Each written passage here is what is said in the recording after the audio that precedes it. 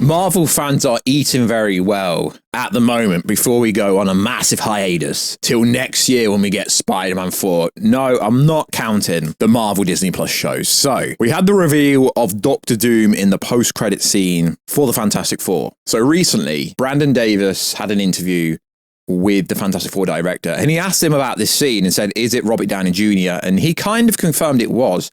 But I don't really believe that, because is that really the costume of Doctor Doom? And if that is the case, and it really was RDJ, wouldn't you got a bit of a more impactful reaction having RDJ's face on display? Because in my screening, no one reacted at all. Also, I've had multiple comments of the same thing happening in other screeners. Now, I'm not saying there wasn't a reaction, but if you've seen RDJ's face, and if RDJ was literally there on set, and you didn't actually use his face or voice, massive L, I do not believe that. So also, Robert Downey Jr.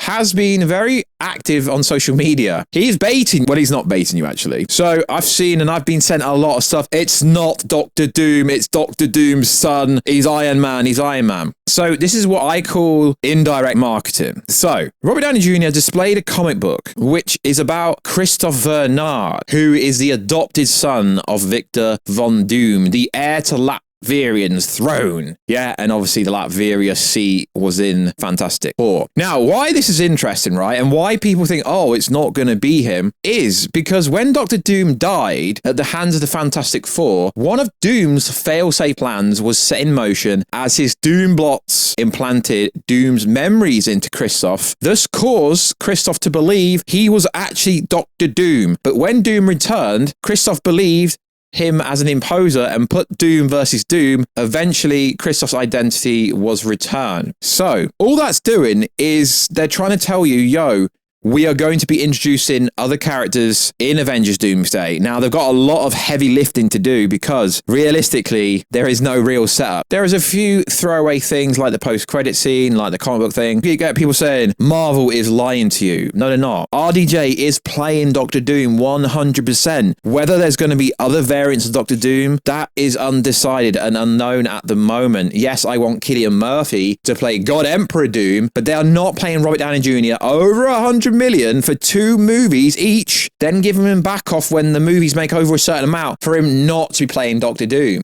And also, I don't actually follow Robert Downey Jr., but I've had to look at what people are yapping about. So he's displayed a cover of Iron Man fighting Doctor Doom, so people think this is going to be the endgame moment in Secret Wars or Doomsday itself. In short, will 100% happen. But they are not marketing this movie like he's Doctor Doom. Yes, I believe he is playing Iron Man as well. Sure, lads and ladettes. But just get over yourself. He is playing Doom 100%. So in today's video, we're going over a leak that is absolutely freaking insane. That ironically was posted after the kind of Robert Downey Jr. posted this comic book. But the comic book was just in the background. It's not like he was saying, yo, go read this. But it's a very interesting plot leak. And as I know, you lads, and more importantly, ladettes, actually like when I go over plot leaks. So we're not going to go over the comic book stuff too much. I've gone over what I've gone over.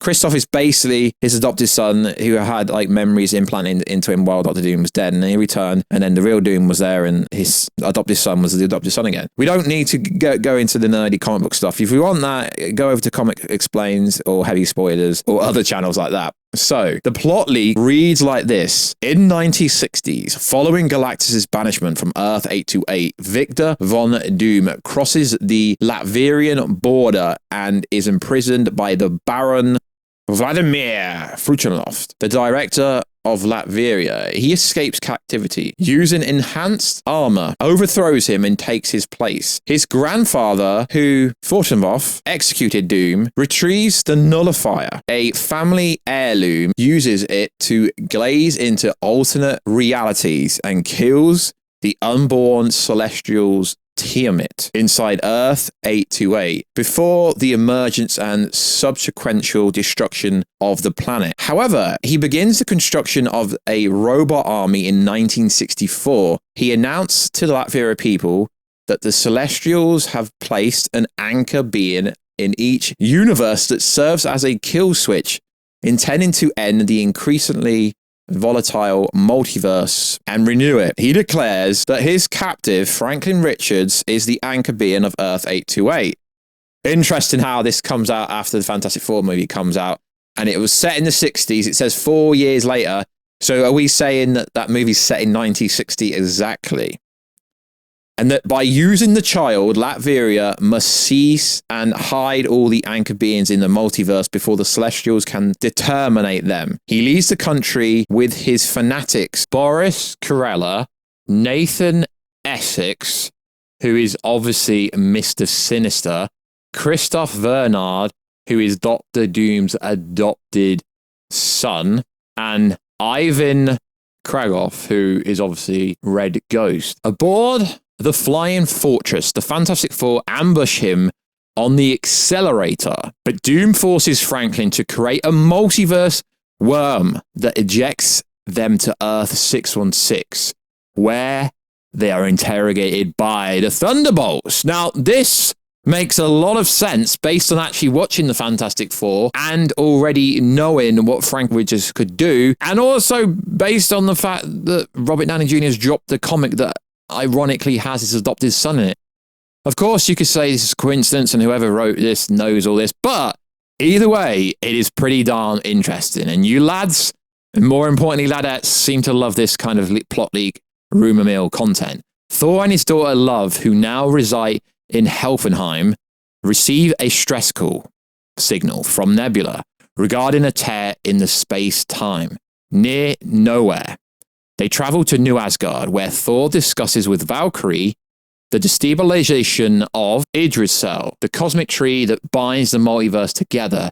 Shiri discovers an incursion. Now, it's also worth saying that another leak said Shiri is the one behind discovering all the incursions between Earth 616 and Earth 1005, and invites Thor, Bruce Banner, Scott Lang, Carol Danvers, James Barnes, Sam Wilson, Shang-Chi, Clint Barton, the Fantastic Four, the Thunderbolt, and one to Wakanda.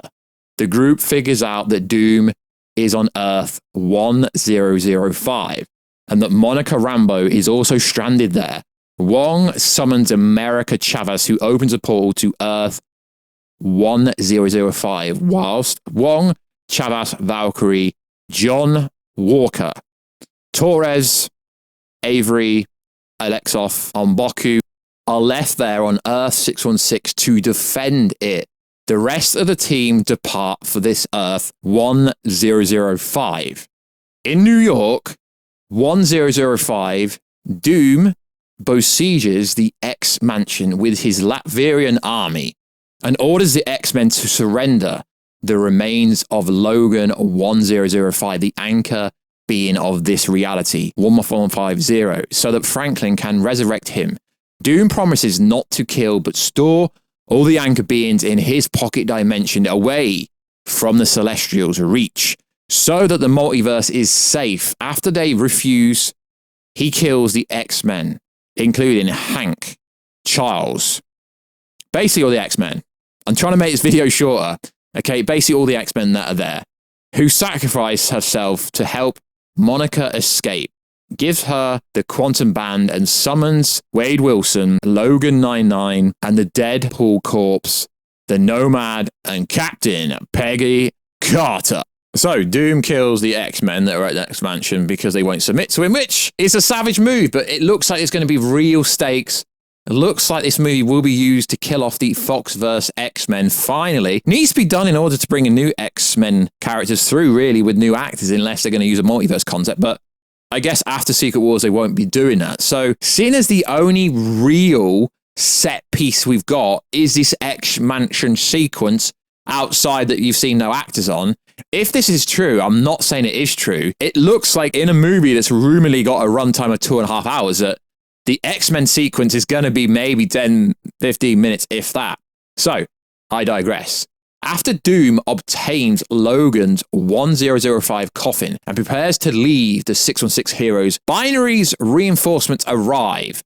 Bob Reynolds, who is Bob Reynolds? Well, you should know. Mr. Sentry himself is said to have such a huge part in this movie, and I could quite believe that because he's a pretty OP character. Challenges Doom into a duel and traps him into a vision of his past. Doom reveals years in reality. 1005 studying physics along with his then best friend, Reed Richards. Like I've said, lads, I said they probably went to school together. That is very interesting. I've got to read this like I think it's real, or else I can't give real commentary. When they conducted teleportation experiments, they went away, leading to Doom's scaring and Howard's and Maria Stark's death. Interesting. Doom adopted his maternal grandfather's name, went on to explore his mother's Latvian heritage and embrace his ancestors' magic. Doom subdues and kills Sentry before consuming his powers and looking into the 616 hero's past. After accessing Thor's memory, Doom suspects that Loki's guardian of Yggdrasil is reality's 616 anchor being. The group from Earth 616, Earth 828, and Earth 1005 attack Doom, and Barton kills Bernard. Doom kills Carter, the Nomad, most of the Deadpool variants, and eventually Bernard, causing Banner to revert to Hulk, only for Doom to incapacitate him. Reed Richards and Sue Storm try to free their son. Franklin rejects them, agreeing with Doom's plan. In the ensuing conflict, Richards holds Sue back for fear of losing her again, leading to an estrangement between the two. The Flying Fortress enters reality 616 using Franklin's power cosmic, while Thor manages to tail them on Earth 616. Doom finds out that Latveria has been dissolved and that Tony Stark is revealed as a hero. Furious, he orders Latverian and Doombot armies to attack the Sumptorium of New York, London and Hong Kong, and Kamaj-Taj, and subjugate Earth 616 whilst defending New York civilians. Shukvahad is killed by Essex before Peter Parker arrives and kills Kragor. Chavez brings the team that was left on Earth 1005 back to Earth 616. Doom tracks down Mobius M. Mobius to the port of Cleveland and kills him before battling Thor, Shiri, Scott Lang, Sam Wilson, Wade Wilson, Logan 99, Carol Danvers, Maria Rambeau, Shang-Chi, the Fantastic Four, Barnes, and Belove over Morbius. Tempad. Thor acquires the Tempad and uses it to travel to the Time Variance Authority headquarters. The Void is leaving everyone else behind in the Void. Throg calls Sylvie, who takes Thor to the Citadel at the end of time. And then Yggdrasil, where he is reunited with Loki, with the group in reality 616 being overpowered again by Doom. Shiri summons Namor and uses his Telecan armies to defend Earth 616 surface against Doom's soldiers, whilst Doom uses Franklin to go to Kamaj-Taj. Franklin deduces that he and Chavez have no alternate selves in the cosmos. Doom imprisons Chavez as she is the anchor being of the utopian parallel. Doom destroys Kamaj-Taj, grievously wounds Wong, steals the Sorcerer Supreme book collection, including a Nieheimer map, which reveals the Dark Gate found in Hellenheim, leads to the Void. And now it gets really interesting. A mass Doom traverses Hellenheim, where he meets Stephen Strange, Clea, Morgan Le Fay, as they are investigating an incursion between Reality 616 and Reality 1005. They become as unwitty companions towards the Dark Gate until Strange reads his mind, realizes he is the threat, and a fight ensues. Morgan Le Fay takes Doom's side. They defeat Strange and Clea, reach the Dark Gate where Doom destroys it from the inside, returns to the Void before possessing Eliath and revealing the Citadel at the end of the time. In order to stop Doom from reaching it, Strange dreamwalks into the remnant of an alternate self that was devoured by Eliath, but Doom vaporizes the corpse. Shang-Chi takes Wong, Banner, Lang, Danvers, Rambo, Sam Wilson, Wade Wilson, Logan, Barnes, some of the Fantastic Four to Allah, where they fly atop the Great Protector, though its own Dark Gate, and into the Dark Dimension, which also connects to Hellenheim, And eventually the void in the omnipotent city, the Celestials of Reality 616 come together to discuss Doom, and Ishram the Judge processes that they summon the Beyonder. Meanwhile, Peter Parker finds out that Doom is a variant of Stark. Hang on a minute. Is he really going to find out he's a variant of Stark or just looks like Stark over halfway into the movie? If this is true, like I say, I've got to read it like it's true, or else this will be hard to do. Let's digress. Johnny Storm joins the team fighting Latvian troops in New York and kills Cruella. Namor kills Essex, turning the tide of the battle and leading it to the Latvian retreat. As the group rests, Doom visits Peter, Shiri, and Bala in their dreams, tempting them with the lies of their alternate selves in exchange for helping him. He promises to send them into realities where they can live happily with their loved ones they have lost. Hypothetically speaking, if this is true, that would have made a lot more sense if that was done in Spider-Man 4 and not left all the way to Doomsday. I do question the validity and if this is sus, because some of this does not add up, but a lot of it does. Let's carry on. Doom approaches Idrisel, where Thor and Sylvie protect Loki, who reveals that Tony Stark was the anchor being of 616. The sacred timeline, and attempts to turn him. An enraged Doom kills Sylvie, fights Thor, who killed Le Fay, as in Morgan Le Fay. As it is a plot leak, it's only giving shorthand on something. And wounds Doom. Commanded by the Beyonder, an infinite number of Celestials convene around Idrisel to kill Loki and all the anchor beings, though his access to an infinite number of them. Wong and the team atop the Great Protector locate Strange, Clear, pick them up, and race towards Idrisel. Using Reynolds' powers, Doom dives into Loki's mind and locates all the anchor beings in the multiverse. Damn, that's a really clever way to use Sentry's powers. Interesting. But how can he dive into Loki's mind? Okay, yeah, it does actually make sense. Applying one of the Sorcerer Supreme's spells onto a teleportation bridge similar to Reed Richards, he teleports all the anchor beings into his pocket dimension and becomes one with all his variants. With the multiverse stabilized in his grasp and the incursions fixed, the Celestials and Beyonder kneel before Doom, who declares he has saved the cosmos from them. Doom merges Loki with Idrisel so that he can never leave, and orders the Celestials to kill Thor, which they do as Loki watches. Doom teleports away, and the team atop the Great Protector arrives just in time to watch the Valkyria fly Thor and Sylvie's bodies to Valhalla. So, you remember ages ago where I got that concept artist on Instagram to draw the picture of Loki holding Thor when he dies, and I said, if this does happen, Thor will go to Valhalla. And then in Thor 5, it will be Thor getting out of Valhalla. Because you've got to die in battle in order to get into Valhalla. Because, you know, the whole like Norse mythology, Marvel mythology being quite similar in the sense of the whole Valhalla stage. That is absolutely deep. But Thor's got to be in Secret... I mean, he could be resurrected in Secret Wars from Valhalla. I mean, I'm not saying this is true, lads, but god damn, this is absolute fireworks, if true. God damn, but it keeps getting better, because how this allegedly ends is even better.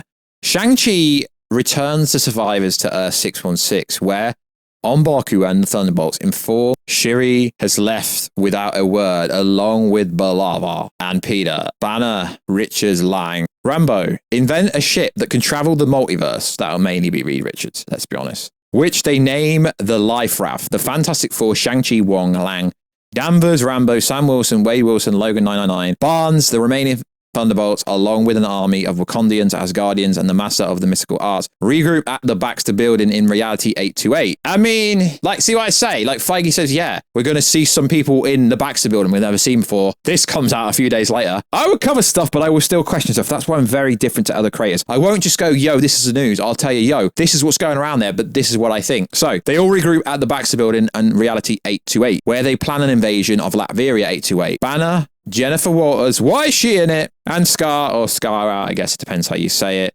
and Peter Quill in St. Giles. It's also worth saying that the characters that appear in sequences, they're interchangeable based on contracts and schedules and stuff like that. Doom forces Franklin to resurrect the Fanatics, and Morgan Le Fay Chavas convinces Franklin to betray Doom, and a clash between the two causes the multiverse to collapse, with darkness engulfing everything. Oh my god, Battle World has been created! So this does all lead back to the post-credit scene in the Fantastic Four, because I actually think that's a sequence we're going to see in Doomsday, or it's going to be in a trailer, or it be in Spider-Man 4 post-credit, where we actually see 4-year-old Franklin being took by Dr. Doom. So Franklin fights Doom. Doom's got the power of Sentry as well. Interesting. They fight, it kills the multiverse, and it's going to create something big. In the mid-credit scene, Strange locates Billy Maximoff, Agatha Harkness's ghost, before darkness falls.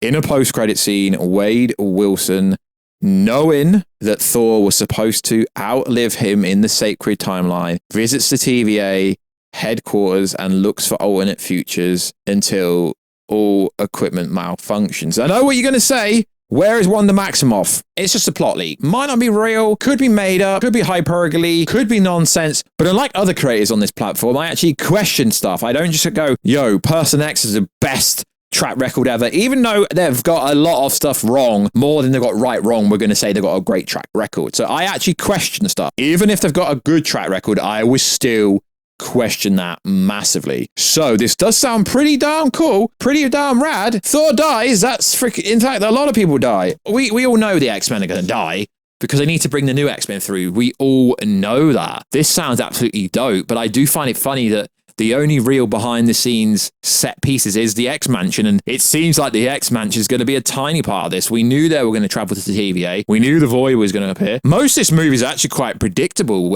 if you actually think about it and use logical reasoning and critical thinking, which a lot of creators don't do. I see TikToks and stuff all the time. There is a lot of non-critical thinkers in the space. It's like this whole knock Dr. Doom. RDJ's playing Iron Man. He's not playing Doom. Do you really think he's going to be paid that much? It's called Avengers Doomsday. Even if he does end up playing Iron Man in some capacity, even if he's not the main Doctor Doom and doesn't end up becoming God Emperor Doom and someone else does, right? He's still going to be playing Doom. So y'all need to stop yapping, as we say here, and get out of your mindset and get out of your mind, because RDJ is playing Doom. These comic books don't mean much. They're just there to introduce other characters that ironically is in this plot leak, which came out the same day. But you know me, I go over everything, and you lads, but more importantly, ladettes, seem to like this kind of stuff. So like always, guys, check us out on TikTok, Warstu. I've posted a few TikToks over there, because I can do little videos way faster within a few minutes. A YouTube video takes, I mean, hell, this video is over 20 minutes long, and I could have made 7, 8 TikToks by now. So like always, check us out on TikTok, Warstu. Check us out on Instagram, Warstu, to see the beautiful face behind the beautiful voice. Check us out on Twitter,